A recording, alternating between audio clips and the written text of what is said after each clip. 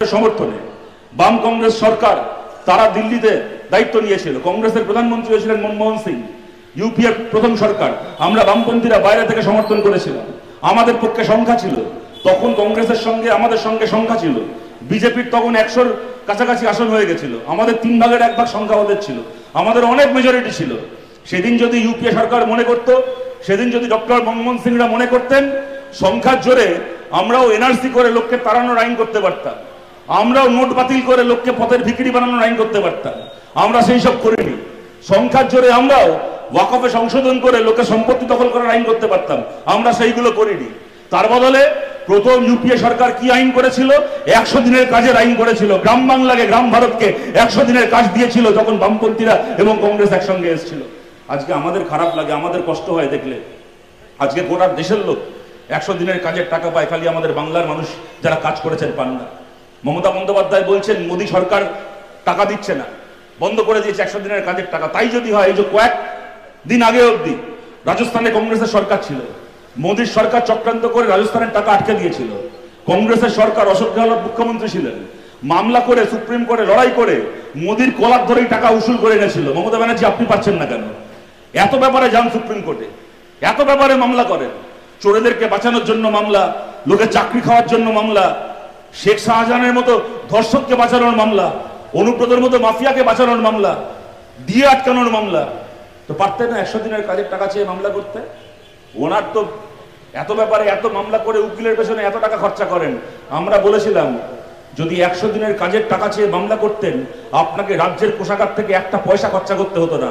আমাদের পার্টির নেতা বিকাশ ভট্টাচার্য পশ্চিমবঙ্গ সরকারের হয়ে বিনা পয়সায় মোদীর বিরুদ্ধেই মামলা লড়তো, ওই টাকা নিয়ে আসতো। করুন আপনি মামলা, কেন করলেন না? কে আটকে ছিল? উনি করেননি মামলা, কারণ উনি জানেন ওই মামলা করলে ওনার মুখে যদি চুনকালি লাগা, ওনার সরকারের এখনো বাকি থেকে কোথাও 2 ইঞ্চি জায়গা বাকি থাকে মুখে, যেখানে এখনো চুনকালি লাগেনি, ওই 2 ইঞ্চি জায়গা আর বাকি থাকবে না। গোটা দেশ দেখবে কিরকম ভাবে তৃণমূল 100 দিনের কাজের টাকা চুরি করেছে। এবং যারা এখানে কথাটা শুনছেন, খোলা মনে আপনাদের বলছি, আমার বলতে এটা ভালো লাগছে না, হয়তো শুনতে আপনারও ভালো লাগবে না, তবু সত্যি কথা সহজ করে বলছি, সহজ ভাষায় বলছি। তৃণমূল ভোটে জিততে পারে, আগামী 5টা ভোট জিততে পারে, আগামী 25 বছর ক্ষমতায় থাকতে পারে। তাহলে জেনে রাখুন, আগামী 25 বছর আপনি আপনার কাজের টাকা পাবেন না। কারণ 100 দিনের কাজের টাকা যা চুরি হয়েছে, দুর্নীতি হয়েছে, তা প্রমাণিত।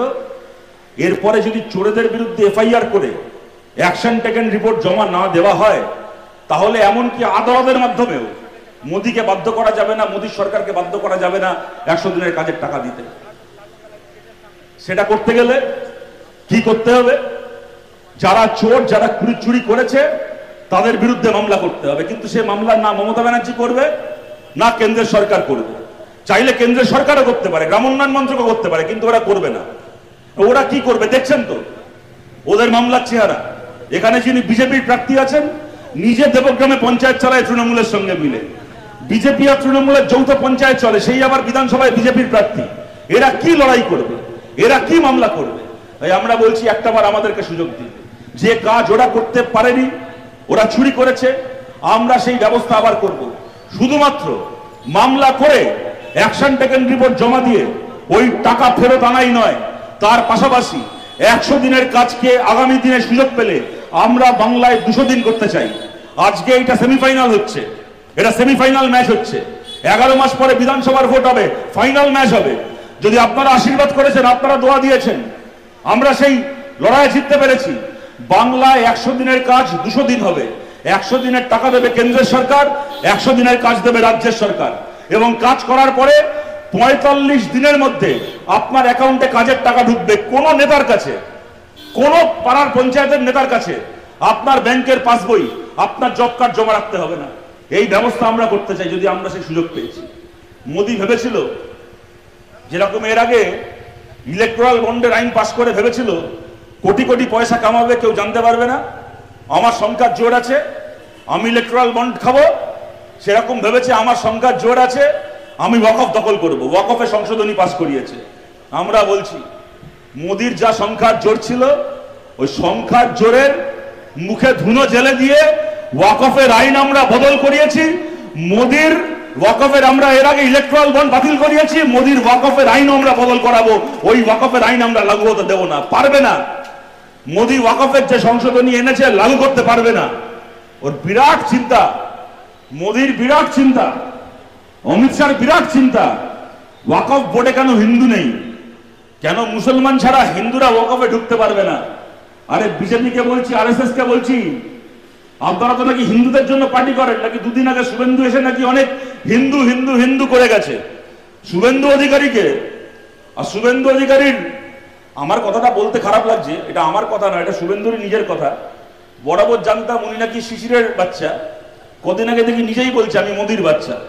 লোকের দল পাল্টালে পতাকা পাল্টে যায় শুনেছিলাম, বাপের নাম পাল্টে যায় প্রথম দেখলাম। যাকে তো মোদির বাচ্চা শুভেন্দুকে বলছি যে মোদিকে একবার জিজ্ঞেস করবেন, এত হিন্দু হিন্দু হিন্দু হিন্দু করছে, হিন্দুদের নিয়ে চিন্তা, তো হিন্দুদের উত্তর ভারতে যে বড় বড় হিন্দু মন্দির আছে, তাদের কমিটিতে, তাদের বোর্ডে কোন মুসলমানকে ঢোকাতে হবে না, আমি ছেড়েই দিলাম।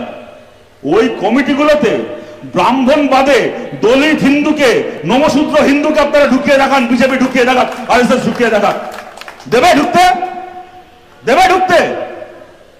দিক আরএসএস ওই মন্দিরের কমিটিগুলোতে ব্রাহ্মণ ছাড়া, যাদেরকে নিচু জাত বলে, যাদেরকে পায়ের তলায় রাখে, যাদেরকে দলিত বলে, দিক ঢুকতে সেই মন্দিরের কমিটিতে। ওয়াকফে মুসলমান ছাড়া অন্যরা কেন ঢুকবে না তাই নিয়ে চিন্তা। প্রত্যেকদিন খবরের কাগজের পাতা উল্টালে উত্তরপ্রদেশের খবর, হরিয়ানার খবর, মধ্যপ্রদেশের খবর, কি না দলিত পরিবারের ছেলে কুয়োয় জল তুলতে গেছিল, কুয়োয় ডুবিয়ে মেরেছে। কেন না তুই জল তুলছিলিস বলে আমাদের কুয়োর জল নোংরা হয়ে গেছে, আমরা উঁচু জাত, এই কুয়োর জল খাবো কি করে। মন্দিরে ঢুকতে দেয় না, স্কুলে পড়তে দেয় না, দলিত পরিবারের মেধাবী ছেলে মেধাবী মেয়ে স্কুলের বেঞ্চে বসতে দিচ্ছে না। কি না সে ব্রাহ্মণের ছেলে মেয়ের সঙ্গে স্কুলে বসে পড়তে পারবে না। এই হচ্ছে বিজেপি, এই হচ্ছে আরএসএস, ওদের আবার ওয়াকফ নিয়ে চিন্তা। আর এখানে আছে আমাদের মমতা ব্যানার্জি, তার আবার ডায়লগ বলছে ওয়াকফের বিরুদ্ধে যদি মিটিং করতে হয়, মিছিল করতে হয়, পশ্চিমবাংলায় করতে পারবে না। আমরা তো বাংলায় আইন করিনি, দিল্লিতে আইন হয়েছে, দিল্লিতে গিয়ে মিটিং করো, মিছিল করো। কেন? আজকে রান্নার গ্যাসের দাম বাড়ে তো দিল্লি থেকে বাড়ে, পশ্চিমবাংলা তো রান্নার গ্যাসের দাম বাড়ায় না, কোন রাজ্য বাড়ায় না। তো রান্নার গ্যাসের সিলিন্ডারের দাম বাড়লে আমরা বাংলায় মিটিং মিছিল করি না? কেরোসিন তেলের, পেট্রোলের, ডিজেলের দাম বাড়লে আমরা বাংলায় মিটিং মিছিল করবো না? এনআরসি পাস হলো, সিএ পাস হলো, তো দিল্লির পার্লামেন্টে পাস হলো, বাংলায় তো পাস হয়নি, আমরা বাংলায় মিটিং মিছিল করিনি। মমতা ব্যানার্জি আপনি মিটিং করেননি, তাহলে ওয়াকফ নিয়ে কেন করতে পারবো না? আইন করে ওয়াকফের জমি দখল হবে, ওয়াকফের সম্পত্তি লুট হবে, আর বাংলার কোনো গরিব মুসলমান, সাধারণ ঘরের সাধারণ মুসলমান, হয়তো যার ঠাকুরদা এক সময় জমি দিয়ে গেছিল ওয়াকফকে স্কুল করার জন্য, কলেজ করার জন্য, হাসপাতাল করার জন্য, আজকে সেই মানুষটা যখন দেখছে তার দেওয়া, তার ঠাকুরদার দেওয়া সেই জমি সমাজের জন্য, সেই জমি লুট করছে মোদি, আদানিকে আম্বানিকে বেচবে বলে, সে তার বিরুদ্ধে কথা বলবে নিজের বাড়িতে, বাড়ির বাইরে এসে, নিজের গ্রামে দাঁড়িয়ে, নিজের পাড়ায় দাঁড়িয়ে, নিজের রাস্তায় দাঁড়িয়ে বলতে পারবে না? আপনাকে যদি ওয়াকফের বিরুদ্ধে আন্দোলন করতে হয়, আপনাকে প্লেনের টিকিট কেটে আর রাজধানী এক্সপ্রেসের টিকিট কেটে দিল্লি গিয়ে আন্দোলন করতে হবে। কেন মমতা ব্যানার্জি আপনি চান না পশ্চিমবাংলায় আন্দোলন হোক ওয়াকফের বিরুদ্ধে? আমরা জানি না বাংলায় ওয়াকফকে লুট করার জন্য কোনো মোদি লাগে না, কোনো অমিত শাহ লাগে না। এখানে যিনি আজকে তৃণমূলের প্রার্থী, দেখুন আমাদের কাছে কোনো ভোট কোনো প্রার্থীর সঙ্গে প্রার্থীর লড়াই নয়। আর যে কারণে আজকে এই বাই ইলেকশন হচ্ছে, এর আগে এমএলএ ছিলেন নাসিরউদ্দিন সাহেব, মারা গেছেন, সেখানে বাই ইলেকশন। আজকে কথাটা বলতে খারাপ লাগছে, একজন মানুষ কয়েকদিন আগে মারা গেছেন, তার ব্যাপারে খারাপ কথা বলতে চাই না এখানে দাঁড়িয়ে, কিন্তু ইতিহাসের বিচার খুব নিষ্ঠুর। কাল যদি আমি ভালো কাজ করে মারা যাই, দুটো লোক ভালো বলবে, আর যদি আমি কোনো খারাপ কাজ করে এখানে এসছি, এখানে যাওয়ার সময় আপনাদের পকেট মেরে চলে যাই এখান থেকে, আর তারপরে কালকে খবর পান আমি মারা গেছি, তো আজকে আপনার পকেট মেরে গেছি, আপনি কি আমি মারা গেছি খবর পেয়ে ভালো কথা বলবেন আমার নামে? খারাপ কথাই বলবেন, বলে ছেলেটা চোর, পকেট মার, আমার এখানে এসেছিল, পকেট মেরে গেছিল, এখন মারা গেছে খবর পাচ্ছি। ভাবতে খারাপ লাগে, বলতে খারাপ লাগছে, কিন্তু কথাটাও মিথ্যে নয় যে এই গোটা পলাশী থেকে শুরু করে এই নদিয়ার কোটি কোটি টাকার ওয়াকফের সম্পত্তি এই নাসিরউদ্দিন সাহেব লুট করেছেন। বলুন সত্যি বলছি না মিথ্যে বলছি? এখানে তৃণমূলের যিনি প্রার্থী আছেন, অনেক বড় বড় কথা বলছেন, মিটিং করছেন, মিছিল করছেন। আপনাকে বলছি দিদি ভাই, আপনাকে কোনো মিটিং মিছিল করতে হবে না, অত পরিশ্রম করতে হবে না। এমনি আপনি সুখী মানুষ, কি রোদের মধ্যে এত ঘুরছেন, মিটিং মিছিল করছেন, দরকার নেই। আপনি খালি একটা প্রশ্নের উত্তর দিন। যদি উত্তর দিতে পেরেছেন তাহলে আমরা আপনার হয়ে বলবো আপনাকে যেন সবাই ভোট দেয়। আপনি কৃষ্ণনগর শহরের যে বাড়িটায় ছোট থেকে বড় হয়েছেন, বলুন সেই ওয়াকফ, ওই বাড়িটা ওয়াকফের সম্পত্তি নাকি আপনার বাবার পরিশ্রমের টাকায় তৈরি করা বাড়ি? আপনি বলুন। কৃষ্ণনগরের এই বাড়িতে, যে বাড়িতে তৃণমূলের এই প্রার্থী বড় হয়েছেন, এমএলএ সাহেবের মেয়ে, প্রাক্তন এমএলএ সাহেবের মেয়ে, ওই বাড়িটা ওয়াকফের সম্পত্তি লুট করে চালাচ্ছে। ওখানে মুসলমান পরিবারের ছেলে মেয়েদের জন্য হোস্টেল হওয়ার কথা ছিল। আজকে আপনার এই পাড়ার এই গ্রামের কোনো গরিব ছেলে, গরিব মেয়ে যদি কৃষ্ণনগরে পড়াশোনা করতে যায়, থাকার জন্য ঘর ভাড়া পায় না, মাথা গোজার ঠাই পায় না, তার জন্য একটা হোস্টেল হওয়ার কথা ছিল। আপনার ঘরের ছেলেটা, আপনার ঘরের মেয়েটা পড়তো। সেই জমি, সেই বাড়ি বছরের পর বছর দখল করে রেখে দিয়েছে। এখানে কবরস্থানের জমি থেকে কারবালা মাঠ, 6 বিঘে না 7 বিঘের মাঠ, একটার পর একটা ওয়াকফের সম্পত্তি। এই নাসিরউদ্দিন সাহেব বছরের পর বছর লুট করেননি, দখল করেননি? আজকে কেউ মারা গিয়ে থাকতে পারেন, কিন্তু সত্যিটা সত্যি থাকে, সত্যিটা মিথ্যা হয়ে যায় না। এই নাসিরউদ্দিন সাহেবকে মমতা ব্যানার্জি পশ্চিমবাংলার ওয়াকফের মেম্বার বানিয়েছিলেন, ওয়াকফ বোর্ডের। গোটা বাংলায় ওয়াকফের কোটি কোটি টাকার সম্পত্তি, কোটি কোটি টাকার সম্পত্তি এই নাসিরউদ্দিন সাহেব, এই ববি হাকিম, এই সিদ্দিকুল্লাহ চৌধুরী বছরের পর বছর এরা লুট করেছে, বছরের পর বছর চুরি করেছে। যারা এখানে আছেন আপনাদের বলছি, কালকে দরকার হলে যাবেন। যদি আমার কথা মিথ্যা হয়, কালকে সন্ধ্যেবেলা আবার এখানে আসবো, এসে কান্দরোড বস করে যাব। কালকে সকালবেলা চলুন, আমার বাড়ি যেখানে কসবায়, ওখানে বাইপাসের ধারে দেখিয়ে দেবো আপনাদেরকে জমি, কবরস্থানের জমি, ওয়াকফ প্রপার্টি, কবরস্থানের জমি। তাও কি কোনো জমি কবরস্থান করার জন্য অ্যালোকেট হয়েছে, এখনো কবরস্থান শুরু হয়নি এমন জমি নয়। কবরস্থান ছিল ওখানে, ওখানে মাটি হতো, দফন হতো, অনেক মানুষের মাটি হয়েছে ওখানে, মাটির তলায় অনেকের আপনজন শুয়ে আছেন। চালু কবরস্থান, সেই কবরস্থানের জমির ওপর multi storeyed high rise building বানিয়ে দিয়েছে জাভেদ খান ওখানে।